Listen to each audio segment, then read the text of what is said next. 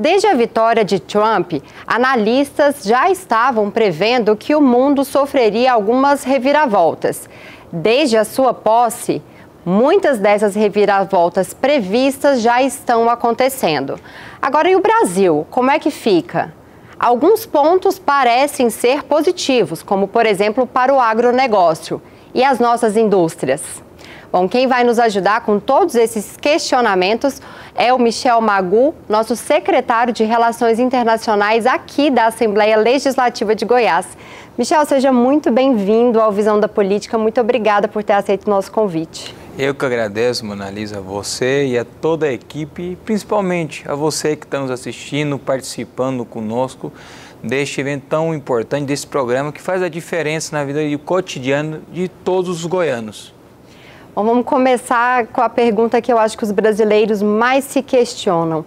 Todas essas taxações do Trump vai impactar o Brasil? Com certeza impacta diretamente o Brasil e não só o Brasil, o mundo inteiro. Essa taxação, de fato, vai influenciar nas novas relações, nas novas articulações. Nós estamos vendo processos que há muito tempo estavam estagnados serem acelerados. E eu faço um parênteses para a União Europeia e Mercosul, aquele acordo que vem sendo tratado há 20 anos. Parece que após essa taxação ganhou uma vida maior e deve, de fato, ser concretizado. E, com certeza, novos cenários, novas oportunidades devem surgir. Um deles, por exemplo, é o mercado do Japão, onde esteve agora o presidente Lula com a comitiva, abrindo um mercado que até pouco tempo era fechado ao Brasil e tinha uma ligação totalmente direta com os Estados Unidos. Então, muitos mercados estão estabelecendo novas formas de se relacionar. Ao final, esse momento de voltar a ter reciprocidade nas relações deve também influenciar muito o como e quando se relacionar. Com certeza, a gente está vendo também um momento muito sensível de como o mundo se irá reorganizar. Nós estamos falando de uma nova ordem global mundial. De fato, a taxação não é só o que a gente vê, tem muitas coisas por trás do que significa as consequências dessa taxação nas relações, nas bolsas. Nós podemos ver também a Bolsa de Valores, onde grandes empresas de investimento, de serviço, estão caindo. E dou um exemplo específico para você que está nos assistindo. Por exemplo, a Nike perdeu 12% do seu valor. São muitas mudanças, afinal de contas, Estados Unidos é o maior país do mundo e muitos outros países são dependentes, têm relações que estão sendo cortadas, né? Voltando para a parte das taxas, o último anúncio do Trump em relação ao Brasil foi uma tarifa de 10% sobre as importações de produtos brasileiros. Nesse caso, ele foi até ameno, né? Porque tem alguns países que estão sofrendo taxas muito mais altas. E a gente já tinha sido taxado anteriormente uma taxa de 25% sobre o aço e o alumínio, que já é algo que prejudica um pouco as nossas indústrias. Esses decretos, como você falou, podem afetar o Brasil, mas também podem abrir oportunidades de novos negócios, né? Você citou o Japão e a China, que já era um parceiro. A gente tem um potencial de crescer ainda mais essa parceria? Vamos começar com sua primeira pergunta. Nós temos que compreender que essa taxação e essa, vamos dizer, penalização que o Trump vem fazendo para os seus parceiros comerciais, o Brasil conseguiu amenizar através de uma articulação muito eficiente, eficaz, produtiva e proativa do Itamaraty. Então, atrás disso tem um bastidor muito forte. Por que o Brasil foi 10% e a União Europeia foi 20 e poucos por cento, até 25%? Porque o Brasil, compreendendo o cenário e como o Trump gosta de negociar aqui, chamando as pessoas para a mesa de uma forma mais veemente, com um pouco mais de ação, o Brasil se antecipou e foi trazer os dados, os números, e a gente pode ver que as próprias taxações, muitas vezes, foram usada uma fórmula que não representa a realidade, que uma fórmula, Mona Lisa, interessante, aonde os Estados Unidos estava perdendo na balança comercial, eles colocavam uma taxação maior.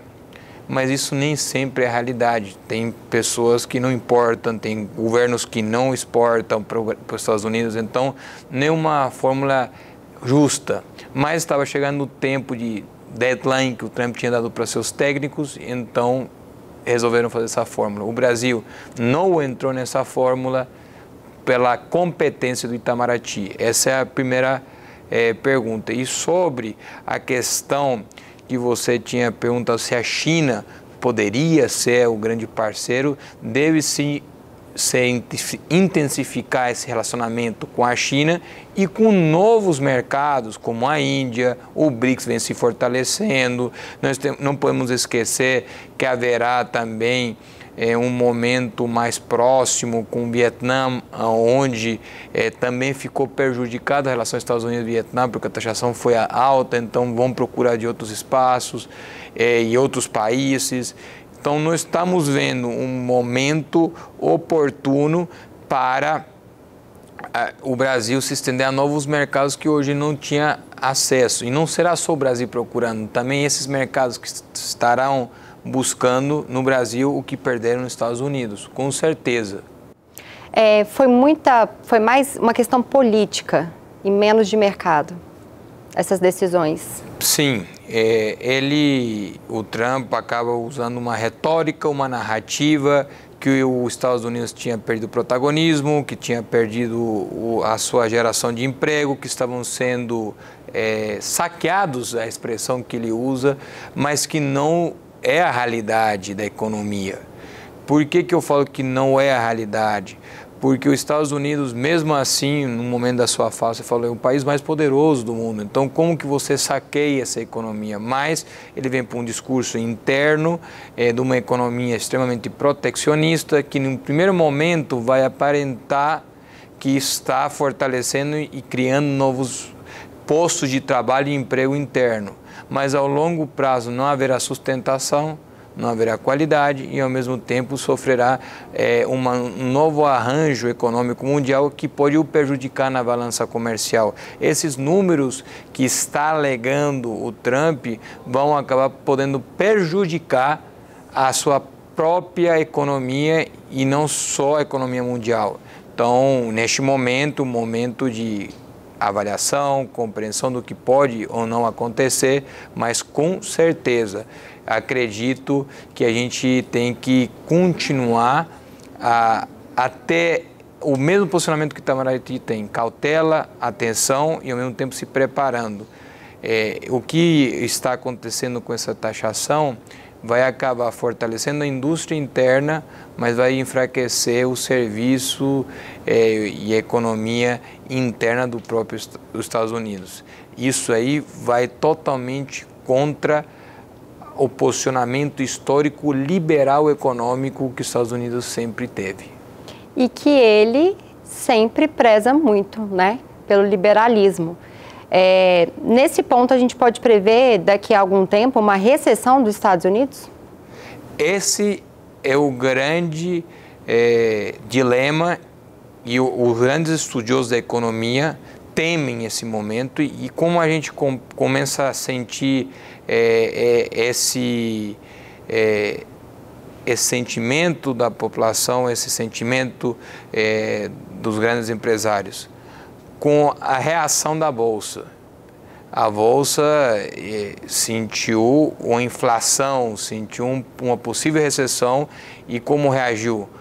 Perdendo valor grandes empresas norte-americanas, como a Apple, como a Nike, entre outras, que de fato afetam diretamente a economia. Esse mercado especulativo econômico já começa a prever essa possibilidade de recessão e essa forma, esse sentimento a gente conseguiu ver quando a Bolsa começa a cair, o dólar começa a disparar.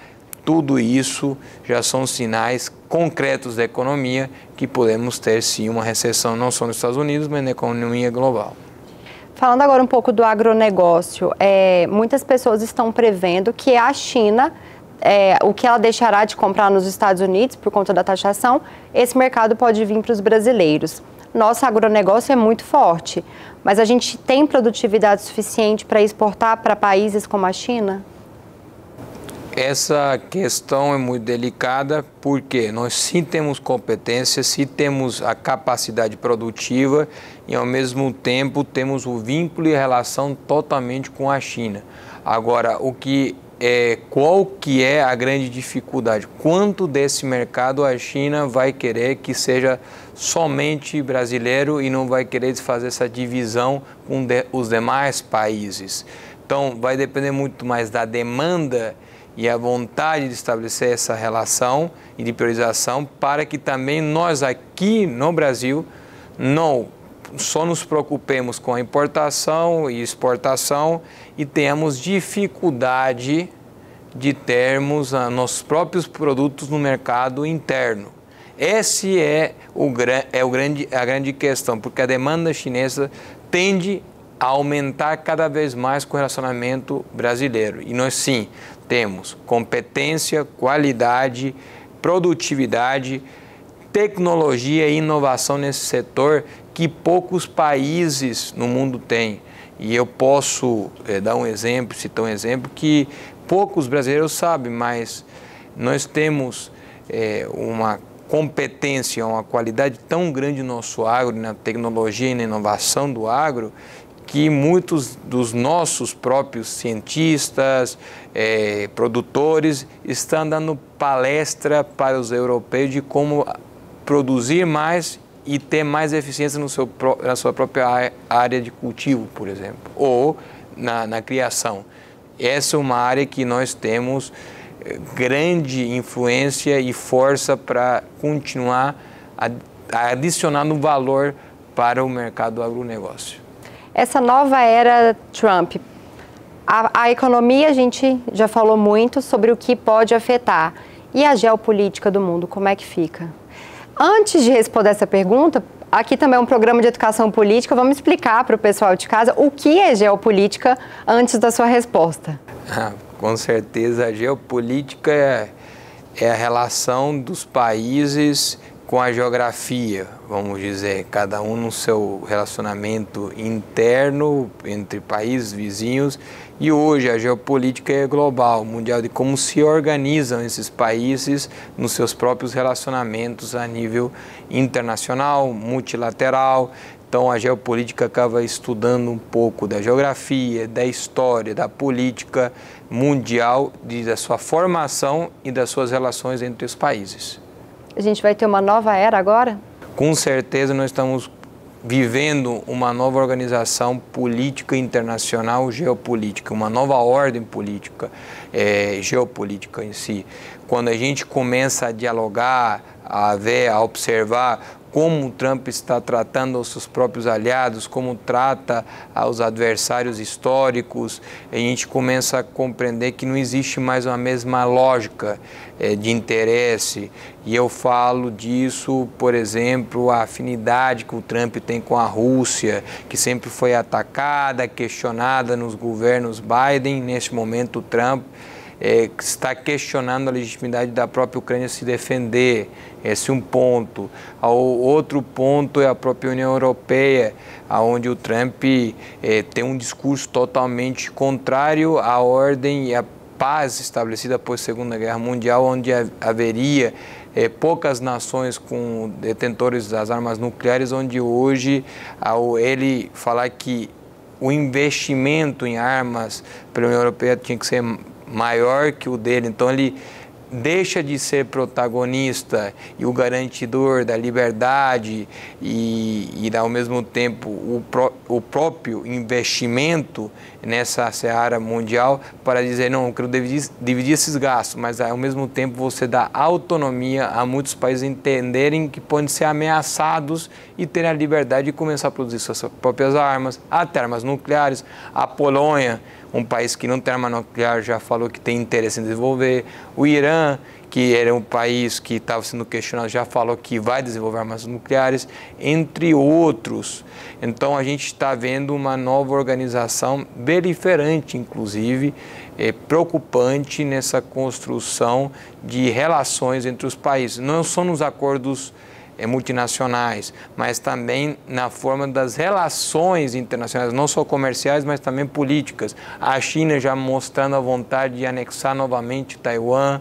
São países independentes, a China não reconhece Taiwan, mas nesse momento, como a Rússia invadiu, não tem uma represália com a Ucrânia, e agora nós vemos esse momento mais de, vamos dizer, cada um que se salve, quem puder, que se reorganize, não tem mais um juiz que organiza toda essa junção de forças geopolíticas.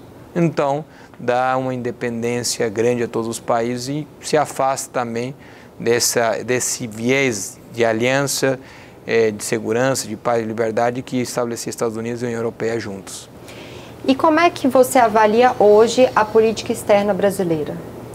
O Itamaraty sempre se mantém extremamente técnico, qualificado, preparado, conectado com a realidade, um corpo que de fato um exemplo para as nações vizinhas, para a América do Sul como um todo e ao mesmo tempo do mais alto nível na esfera mundial. O Brasil sempre se destacou pela capacidade de negociar e ao mesmo tempo de poder se articular internacionalmente. Se a gente for lembrar alguns atos históricos, como na ONU, quem presidiu a ONU no dia depois da Segunda Guerra Mundial foi Oswaldo Aranha, e nesse momento também histórico, quando foi criado o Estado de Israel, foi um brasileiro.